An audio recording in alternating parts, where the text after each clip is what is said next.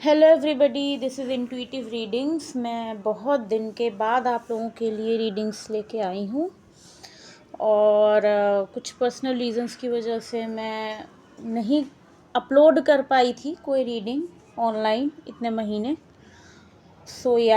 आज हम लोग ये देखेंगे कि ये जो रिमेनिंग डेज़ हैं 2024 के वो आपके कैसे जाएंगे, मतलब 2024 आपका एंड कैसे होगा। ठीक है, एंडिंग एनर्जी मतलब कैसी एनर्जी लेकर के आप 2024 को एंड करेंगे। माँ काली का नाम लेकर हम लोग स्टार्ट करते हैं आज की रीडिंग। कलेक्टिव के लिए S of swords. Sorry, window से थोड़ा ग्लेयर आ रहा होगा, मैं आपको कार्ड्स दिखा दूंगी।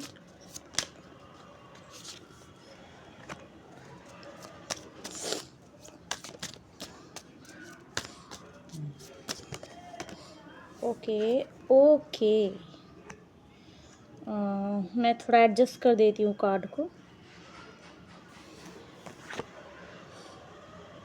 ओके,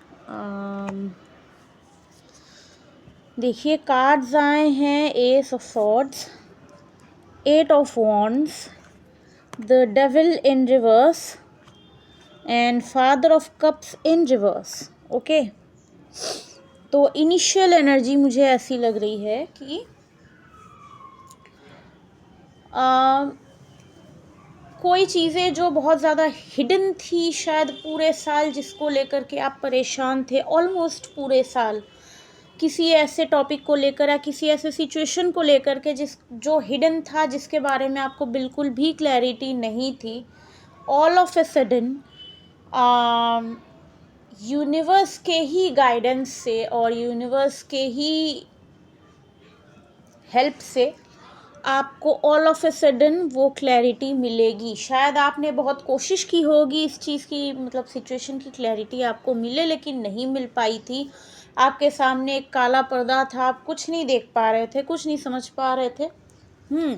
डेविल एनर्जी आपको फील हो रही थी कि डेविल एनर्जी है, ठीक है, या तो फील हो रही थी या फिर आप में से बहुत लोग जानते भी होंगे कि ये डेविल एनर्जी इस सिचुएशन में क्या थी।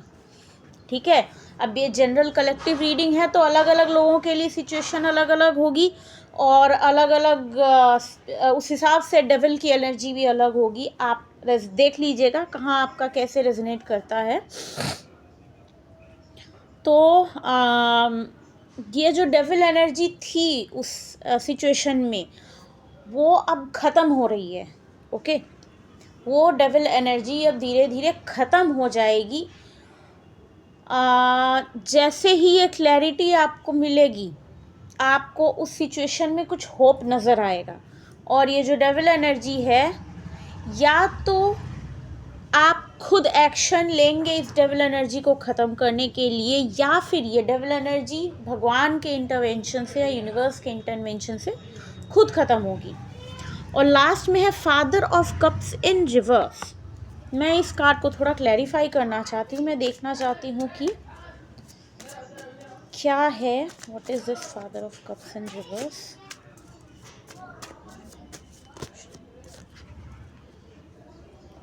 इतने सारे कार्ड्स तो नहीं लेंगे हम।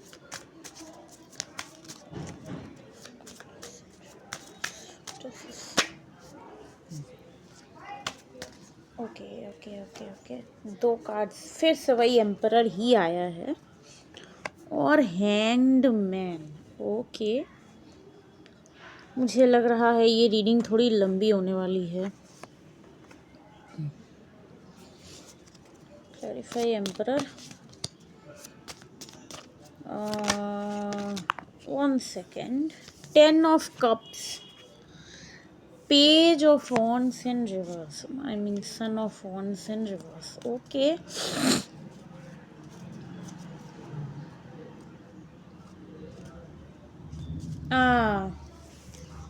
ये जो आपका फादर ऑफ कप्स था, मतलब जो होप शुरुआत में थी इस सिचुएशन के, ओके, इस सिचुएशन के स्टार्टिंग के समय कुछ भी हो सकता है कि आप नया बिजनेस चालू कर रहे हो सकता है कि आप नया वर्क ज्वाइन किए, हो सकता है आपकी नई रिलेशन चालू हुई हो, जो भी हुआ हो, जो बीच में ख़राब हो गया था या फिर कुछ प्रॉब्लम्स आ रही थी जिसमें डेविल एनर्जी आ गई थी बीच में, तो ये आपको रिवर्स में दिख रहा था। वो होप ख़त्म हो चुका था या होप ख़त्म होते हुए आपको लग रहा था, तो उसमें क्लैरिटी आ रही है, ठीक है।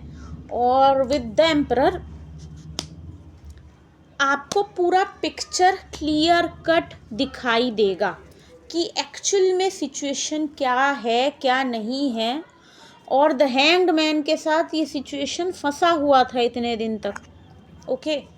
बीच में कोई मूवमेंट नहीं थी, कुछ भी नहीं था, बीच में बिल्कुल ब्लैंक था ये सिचुएशन। ऑफ मूव ऑन होने वाला है, ठीक है। मैं यही क्लैरिफाई करना चाह रही थी कि father of cups in reverse negative है या पॉजिटिव। तो ऑब्वियसली जब आपको क्लैरिटी मिलेगी पूरी की पूरी, और विथ द 10 ऑफ कप्स ये पॉजिटिव ही होगा। इसकी जो भी सिचुएशन की क्लैरिटी के बाद जो भी आगे इसकी वो होगी, ये सिचुएशन की आगे जो भी फाइनल रिजल्ट होगा, अब ये तो नहीं बोल सकते कि ये फाइनल है या फाइनल है, ओके। सबके साथ अलग अलग रेजोनेट करेगा, वो कुछ ऐसा ही होगा जो आपको बहुत खुशी देगी। इसका आउटकम काफ़ी पॉजिटिव होगा।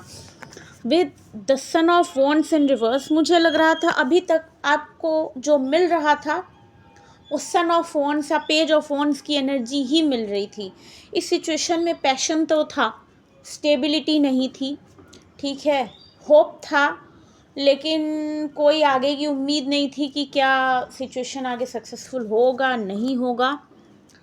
तो वो जो एक पैशन की एनर्जी थी उससे आगे मूव होकर के 10 of cups means complete stability and happiness की एनर्जी की तरफ जा रहा है, ठीक है। अब हम लोग थोड़ा कोशिश करते हैं ये जानने की कि एक्चुअली क्या होने वाला है, ओके। जब तक थोड़ा सा अच्छे से क्लियर नहीं कर लेंगे तब तक दिमाग को शांति नहीं मिलेगी। तो मैं क्लैरिफाई करती हूँ इस 8 ऑफ वॉन्ड्स को कि क्या ऐसा होने वाला है अचानक से कि आपको क्लैरिटी मिल सकती है, क्या क्लैरिटी या कैसा क्लैरिटी मिलेगा। और फिर हम लोग द डेविल इन रिवर्स को भी क्लैरिफाई करेंगे।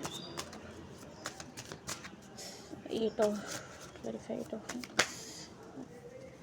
Okay the tower. तो मुझे लग रहा है कि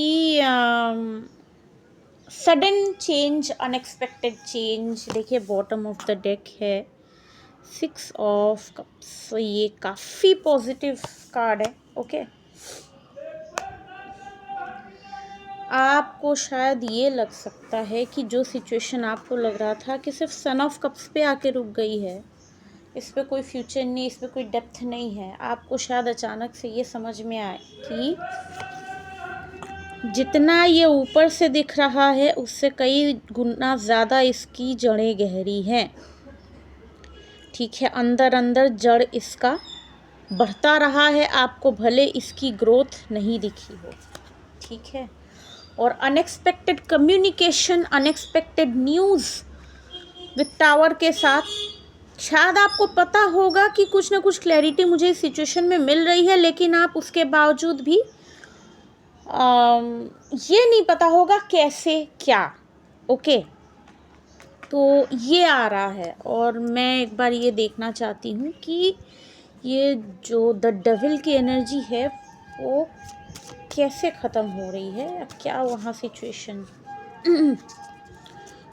the devil in reverse 6 of swords, अच्छा, ओके।